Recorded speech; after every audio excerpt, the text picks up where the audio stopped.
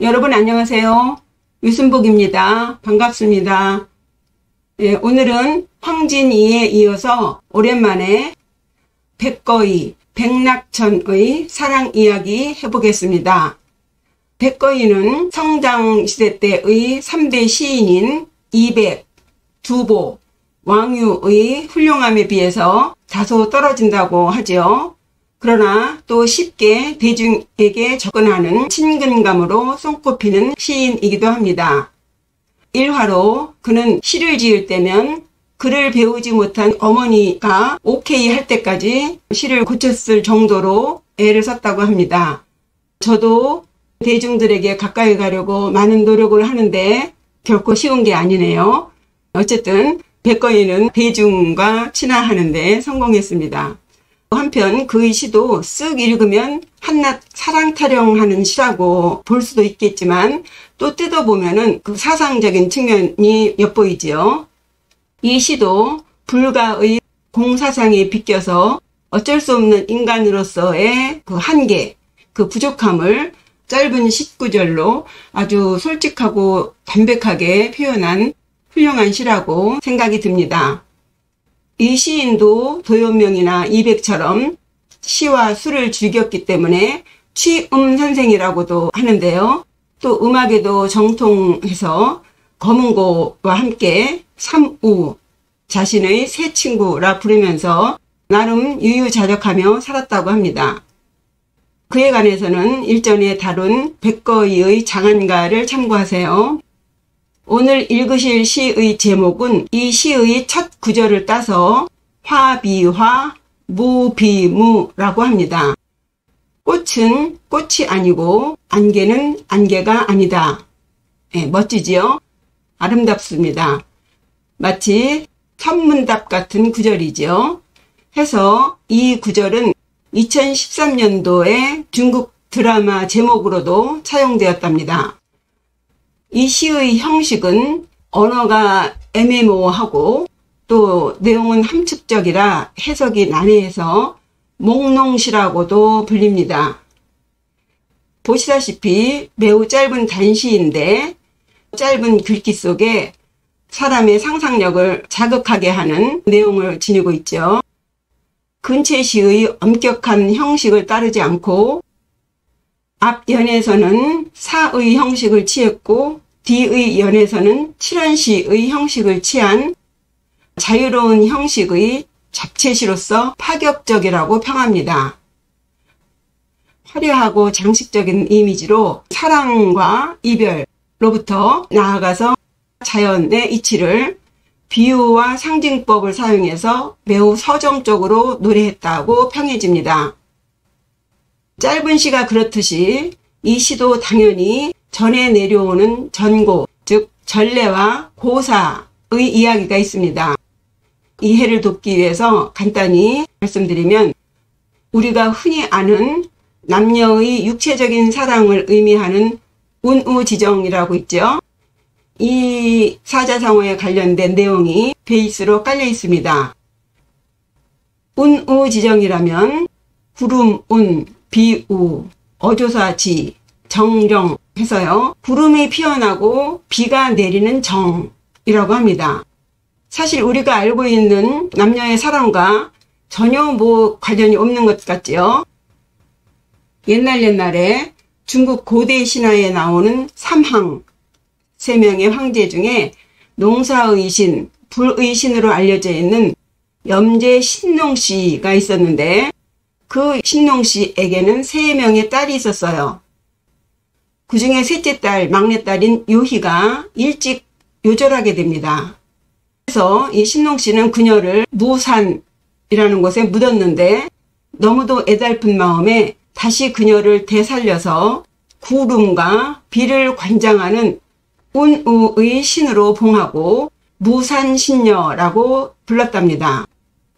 무산신녀는 그 명을 받아서 아침이면 아름다운 구름으로 변해서 산과 골짜기를 떠다니고 저녁이 되면 천지에 비를 뿌렸는데 결혼을 못한 한이 있어서인지 산을 오르내리며 남자를 찾아다녔다고 해요. 그러다가 마음에 드는 남자를 만나면 구름처럼 유혹해서 뜨겁게 사랑을 나눈 후 저녁이 되면 비를 뿌리고 안개처럼 사라졌다고 합니다. 해서 아침엔 구름으로 저녁에는 비로 나타나는 무산신녀의 사랑을 운우지정이라고 부르게 된 것이에요. 이 운우지정의 이야기와 더불어 쌍으로 따라오는 이야기가 있습니다. 바로 초나라의 회왕과 무산신녀의 사랑 이야기예요. 한때 초나라 회왕이 운몽이라는 호수에 여행을 간 적이 있었는데 근처의 누각에서 점심을 들고 잠깐 낮잠을 자게 되었대요. 그때 꿈속에서 한 신녀가 나타나 하는 말이 자신은 무산신녀라고 하는데 허물하지 않으신다면 오늘 원앙금침을 모실까 합니다 하더래요. 회왕은 그 신녀의 아름다움도 아름다움이지만 지상에서는 맡아보지 못한 것 같은 향기에 넋을 잃어버렸지요. 그렇게 두 남녀는 꿈같은 사랑의 나날을 보내고 드디어 헤어져야 할 시간이 다가왔습니다. 너무도 아쉬워하는 회왕에게 신녀는 자신은 무산의 남쪽에 사는데 자신이 보고 싶으면 그리로 찾아오시라고 하며 후련히 떠났답니다. 꿈에서 깬 회왕은 급히 수레를 몰아 무산으로 향했는데 그곳에 가보니 과연 무산은 아침엔 구름이 모락모락 피어오르고 저녁에는 비가 내렸답니다. 회왕은 꿈속에서 만났던 그 여인을 생각하면서 아침에는 구름이 피어난다는 의미의 아침조 구름운 해서 조운이라는 사당을 한 채 짓고 봄, 가을로 무산신녀의 제사를 지내게 하였다고 합니다. 이 일로 요즘 젊은이들 원나잇이라고 하죠. 하룻밤의 사랑이라는 의미로 무산지몽의 사자성어가 생겼습니다. 예, 그럼 나머지 이야기는 시 읽으면서 첨가하기로 하고요. 이 이야기를 바탕으로 시 읽어보겠습니다. 내용을 먼저 읽어보죠. 꽃이 꽃이 아니듯이 안개는 안개가 아니지. 한밤중에 왔다가 날 밝으면 가버리니 올 때는 봄날 꿈같이 얼마나 아름다운 시간이었겠나. 그러나 떠나가면 아침 구름처럼 찾을 길이 없구나. 그냥 보통 흔한 사랑 노래인 것 같은데 그래도 최소한 백거이의 신이 수준이 있죠. 그 백거이가 사랑에 관한 어떤 생각을 하고 있는지를 자세히 읽어보죠. 요 시도요, 비록 짧지만 기승전결의 구성을 띠고 있습니다. 예, 첫 번째 구절이에요. 화비화, 무비무. 꽃이 아니듯이 안개는 안개가 아니지. 화비화, 꽃화자죠. 안일비. 꽃이 비화, 꽃이 아니다. 무비무, 안개무. 안개가 비무, 안개가 아니다. 이 화라는 것은요, 이 시가 사랑시이니만큼 사랑하는 여인이라고도 보겠는데요. 이 속에는 공사상이 들어있습니다. 꽃이 눈에 보이고 손에 잡히고 만져지고 그런 의미에서 이 화가 현상계에 존재하는 있을 유의 개념이 있다면 이 안개무는 눈에 보이지 않는, 손에 잡히지 않는, 없는 것 같은데 있는 그런 의미의 무, 확대해서 공을 상징한다고 하겠습니다. 다시 해보면요. 꽃이 아니다 라는 것은요. 화무는 11홍이라는 말도 있듯이 꽃이 지금 아무리 이쁘고 향기로워도 얼마 안 있으면 시들어서 떨어지고 말 것이기 때문에 꽃은 꽃이 아니다예요. 우리가 이 세상 만물은 결국 공으로 다 돌아간다. 어차피 사람이 100년을 살든 200년을 살든 결국은 죽을 것이다. 모든 것은 공이기 때문에 꽃을 꽃이라고 보지 말어. 그것을 공으로 봐. 라는 개념의 화비화예요. 그래서 꽃은 우리 눈에 보이는 자연물, 물체, 만물을 말해요. 그 만물 중에도 사랑하는 여성을 대표로 합니다. 꽃이 다 꽃이 아니야. 저 사랑하는 여인 결국은 얼마 안 있으면 나는 저 여인을 실증을 낼 것이야. 이런 식으로 사랑해선 안 될 사람을 사랑하는 것을 스스로 자꾸 브레이크를 거는 거예요. 그러니까 쉽게 말씀드려서 요 백거이는요, 일전에 그 장한가라는 글을 통해서 아마도 자기가 바람하지 않는 그 영원한 사랑을 강현종과 양귀비를 통해서 표현했다고 짐작을 할 수도 있겠는데, 그렇다면 이 시 마찬가지로 백거이가 지금 사랑해선 안 될 여인을 사랑을 하는 상태에서 지금은 이렇게 불같이 그 여인이 아름답고 보고 싶고 사랑스럽지만 얼마 안 있으면 시들어지고 쳐다보는 것도 싫어질 것이다 라고 하는 그런 개념의 화비화예요. 그렇게 스스로 자꾸 생각을 하는 거예요. 그러나 그게 잘 되지 않지요. 그래서 말하기를 무비무예요. 마찬가지로 안개도 안개가 아니지예요. 안개, 눈에 보이지는 않아서 없는 것 같지만 없는 것이 아니죠. 없을 무, 발음이 같죠. 없을 무의 개념으로 썼다고도 보겠는데, 없는 것 같지만 실제로 없는 것이 아니지 않느냐. 무도 무가 아니다. 안개도 안개가 아니다. 그러니까 있는 것이죠. 설사 1년 후에, 10년 후에 나의 지금의 사랑이 없어진다 하더라도 지금 없는 것이 아니지 않느냐. 있는 거 아니냐 이거예요.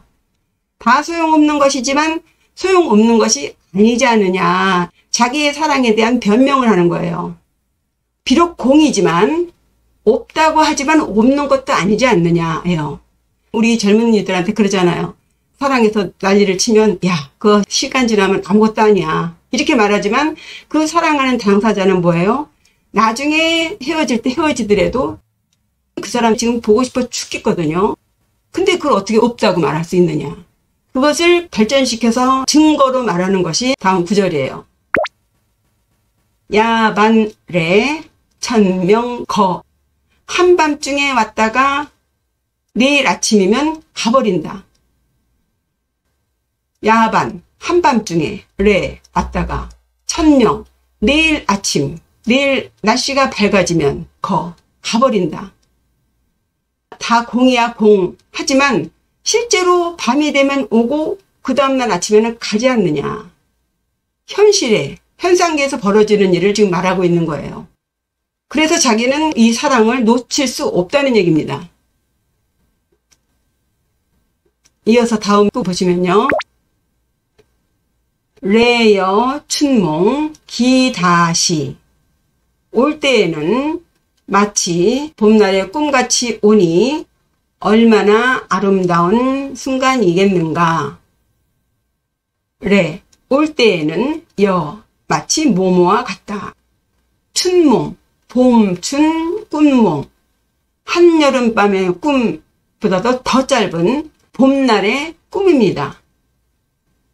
일장춘몽 한바탕의 꿈같이 아주 짧은 꿈같이 와요.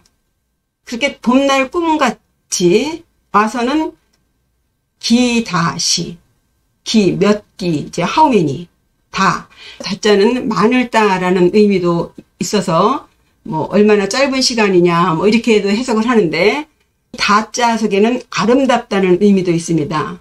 그래서 일장춘몽같이 이 짧은 한순간의 꿈이 얼마나 아름다운 때였던가. 그러나 마지막 구절이에요.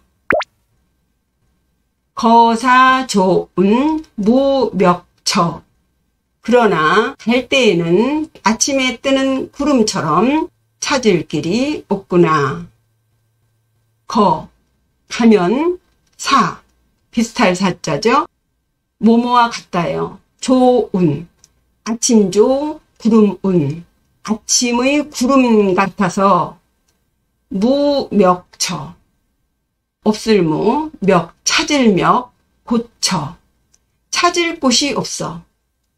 여기서 조우는요, 앞서 말씀드렸듯이 초회왕이 무산 신녀를 위로하기 위해서 사당을 짓고 아침에 일어나는 구름이라는 조운이라고 이름을 지었잖아요.